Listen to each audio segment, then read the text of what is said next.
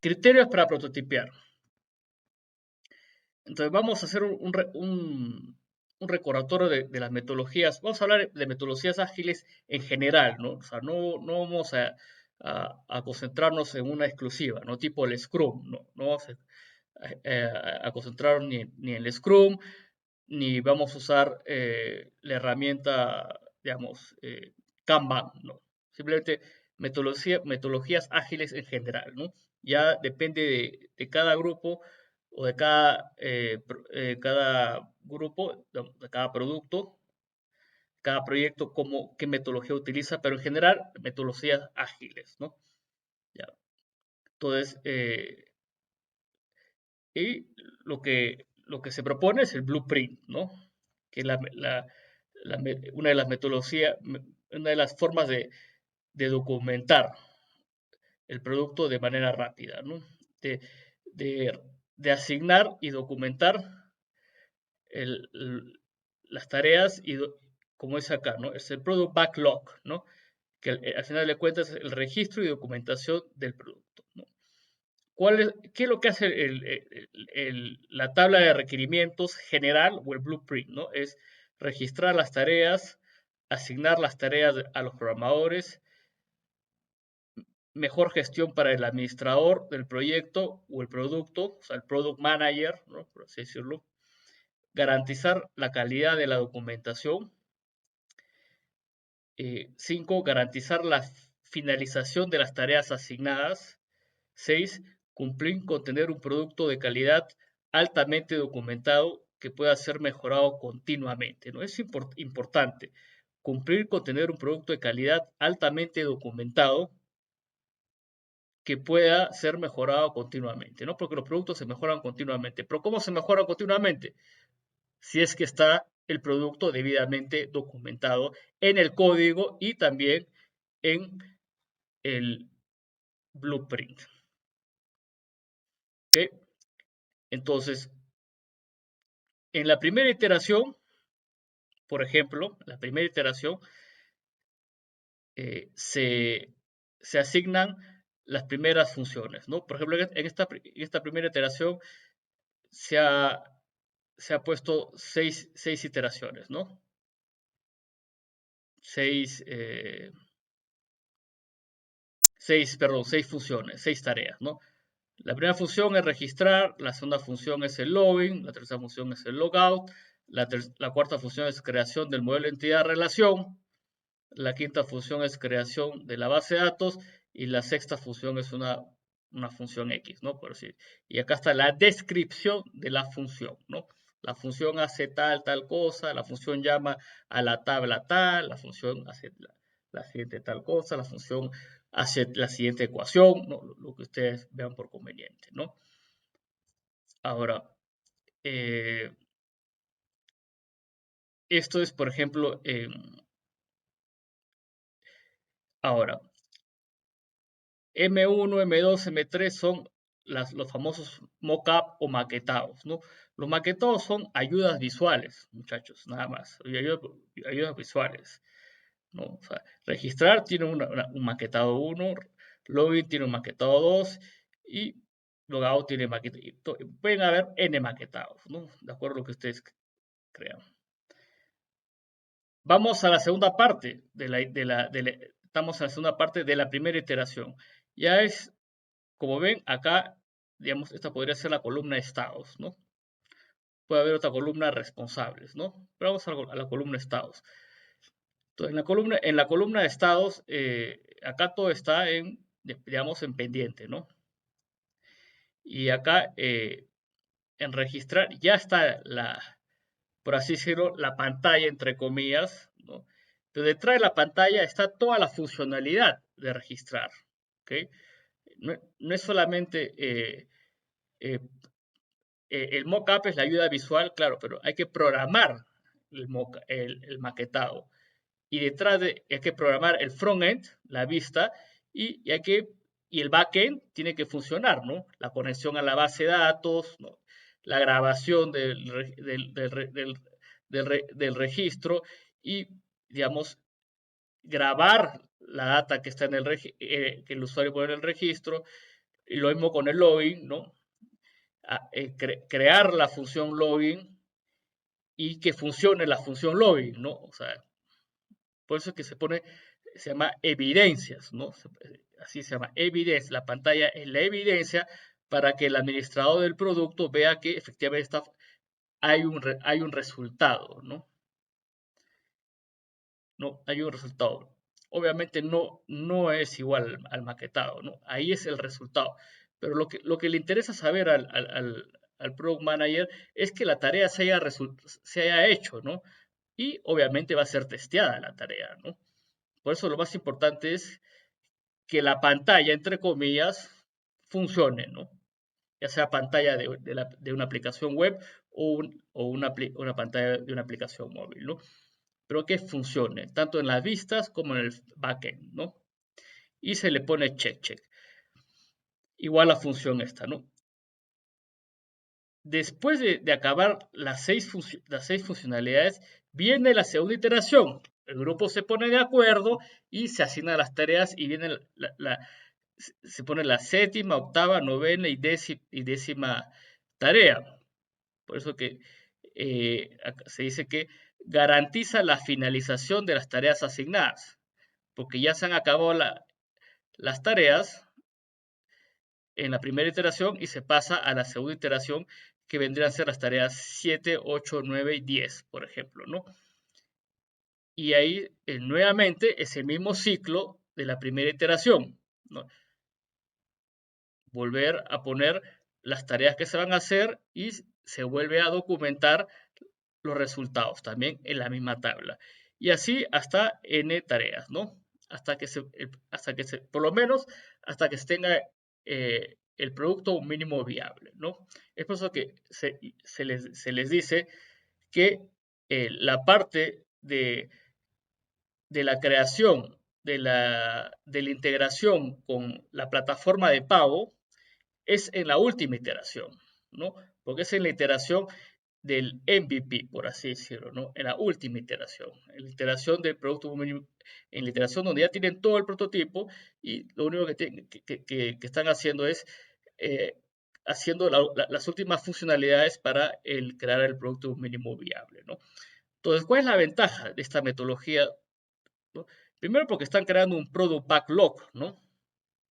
La metodología Scrum, por ejemplo, tiene un product backlog, ¿no? Y luego porque en todo lo que es las metodologías ágiles a nivel general, están creando una tabla de registro y documentación del producto que les va a garantizar el punto 6, cumplir con tener un producto de calidad altamente documentado que pueda ser mejorado continuamente. ¿Okay? Ese es el tema eh, de la asignación de tareas y documentación de las tareas y finalización de las tareas y iteraciones en el tema de metodologías ágiles a nivel global, ¿no? O sea, no estamos agarrando una metodología específica, sino estamos hablando a nivel global, ¿no? Que es la idea. Ese es el concepto de metodologías ágiles. Ahora, la primera pregunta es, ¿qué criterios se necesitan para elegir los recursos computacionales? ¿No? Obviamente, cuando tienes esta tabla, ¿no? Obviamente, ¿qué criterios se necesitan para elegir recursos computacionales? Ya se ha visto un poco de eso, ¿no? En la creación del flujo de caja, ¿no? Que es para ver la viabilidad de la idea, ¿no? Es validar la idea, ¿no? Validar el modelo de negocios con el flujo de caja, ¿no? Pero ya a la hora de empezar a prototipiar, ya se tienen que aterrizar eso, ¿no? Aterrizar el modelo de negocios. Entonces, ¿qué criterios se necesitan para elegir los recursos computacionales? ¿No? Es una pregunta abierta por ahora. Ahora, ¿qué lenguaje de programación se debe elegir? También es algo que depende del problema, ¿no? Entonces, acá este es un mapa conceptual jalado de la Wikipedia, donde yo al inicio pensé que está hecho de forma cronológica, porque Si ven, acá está el assembler y del assembler sale el C, ¿no? Pero luego me di cuenta que acá está el SQL, ¿no? Por separado, ¿no? Y así, viendo detalladamente, eh, hay otros lenguajes ahí, ¿no? Entonces, es una mezcla de cronológicamente con paradigmas, ¿no? Con una serie de cosas, ¿no? Entonces, ¿y por qué lo del SQL, ¿no? Porque el SQL está hecho para correr sobre gestores de base de datos relacionales, ¿no? Y los primeros gestores de base de datos relacionales fueron programados en C, ¿no? En C. Entonces, obviamente, primero es el C y luego es el SQL, ¿no? Entonces, no está, por eso es que no puedo decir que no está a nivel cronológico, ¿no? Entonces, algunas características importantes, ¿no? Para tener en cuenta sobre este mapa conceptual y para que usted tenga alguna idea, ¿no? Y para que pueda responder qué lenguaje de programación se debe elegir, ¿no? A ver, el lenguaje assembly, que es básicamente el primero que ven acá, es lenguaje que se comunica con el código máquina, ¿no? O sea, directamente es el paradigma de máquinas de Turing, ¿no? 0 y 1, ¿no? 0 y 1, ¿no? Porque al final es 0 y 1, ¿no? Es 0 y 1 lo que la máquina computa, ¿no? 0 y 1, ¿no? Entonces es el lenguaje ensamblador, 0 y 1, ¿no? El compilador de C crea instrucciones eficientes a nivel ensamblador para que le dé órdenes a la máquina, ¿no? O sea, es una de las grandes ventajas del C, ¿no? Digamos, a nivel C, ¿no? Que el programador en un lenguaje, digamos, cómodo, digamos, habla con la máquina, se le escribe a la máquina y la máquina, el compilador lo que hace es crear instrucciones en lenguaje asemblador por detrás. Cuando compila, crea el lenguaje ensamblador para comunicarse con la máquina, ¿no? Luego está el Fortran, por ejemplo, y del Fortran, bueno, del assembly, del asamblador, nació el C, ¿no? O sea, obviamente, ¿no? Como pueden ver, del asamblador está la línea del C, ¿no? Acá está el C. Luego está el Fortran. El Fortran fue uno de los padres, ¿no? del BASIC. El BASIC, con el BASIC se hicieron algunos kernels y sistemas operativos básicos, ¿no? Luego el kernel es un lenguaje básico, fue un lenguaje básico, como para enseñar a estudiantes escolares. Y el Basic, salió el Visual Basic, y el Visual Basic es, digamos, uno de los padres del C Sharp, ¿no? Luego está el SQL, que el SQL básicamente se creó para la manipulación de datos en los gestores de base de datos relacionales, ¿no? Y como les dije, los gestores de base de datos relacionales, eh, por lo menos la primera generación, o sea, de base de datos fueron programados en C, ¿no? Luego está el COBOL, que todavía se sigue utilizando, aunque no crean, es un lenguaje bien antiguo, el COBOL. Se utiliza todavía en compañías financieras grandes, ¿no? ¿Por qué? Porque funciona muy bien el COBOL, ¿no? Aunque no crean, funciona muy bien, ¿no? En bancos enormes, ¿no? En instituciones bancarias enormes, funciona muy bien el COBOL, ¿no? Entonces, hacer todo el cambio de la infraestructura de COBOL es más costoso, ¿no? Y es muy riesgoso a veces, ¿no? Entonces, poco a poco van migrando, ¿no? Las empresas, pero el COBOL se mantiene, ¿no? Por lo que tengo entendido, hay muchas instituciones financieras importantes, ¿no? Y eh, la tecnología del blockchain, ¿no? O sea, o sea, está el Bitcoin, ¿no? La criptomoneda Bitcoin, ¿no? Que la primera criptomoneda. Detrás del Bitcoin está la tecnología de blockchain, ¿no? Entonces, la tecnología de blockchain es la que posiblemente vaya a ir reemplazando parcialmente a todo lo que está en COBOL en las entidades financieras. Parcialmente, poco a poco, ¿no? Poco a poco, ¿no? Porque Estamos hablando con datos muy sensibles, ¿no? Que es el dinero, ¿no? Luego está el Pascal, ¿no? El Pascal es un lenguaje que tenía una sintaxis amigable, fue bastante utilizada en el mundo empresarial, ¿no? Al igual que el COBOL fue exclusivamente diseñado para el lenguaje, para el mundo empresarial, ¿no? Es Common Oriented Business Object Language, ¿no? O sea, lenguaje orientado eh, al al mundo empresarial. O sea, básicamente el lenguaje ya te lo dice, ¿no? Es un lenguaje orientado al mundo empresarial, ¿no? Entonces, o sea, Common Oriented Business Language, ¿no? Entonces, por eso es que eh, no estoy muy seguro en qué década, creo que en la década de los 60, creo, algo por ahí, no estoy muy seguro, pero se sigue utilizando, ¿no? El Pascal es un lenguaje con una sintaxis muy amigable, fue bastante utilizado en el mundo empresarial y el Pascal es en cierta forma el padre del Delphi y el Delphi también es uno de los padres del C Sharp. Entonces, como están viendo ya, el C Sharp tiene ya va teniendo dos papás, ¿no? El Basic, el Visual Basic y el Delphi, ¿no? Entonces, lo que quiero llegar es la cronología de los lenguajes, ¿no? O sea, los lenguajes no salen de la nada, ¿no? O sea, hay toda una cronología. Luego está el C, ¿no? La familia del C es enorme, ¿no? O sea, C fueron los primeros compiladores eficientes, como les decía, los primeros kernels eficientes, ¿no? Kernels para comunicarse con los periféricos y sistemas operativos eficientes también, ¿no?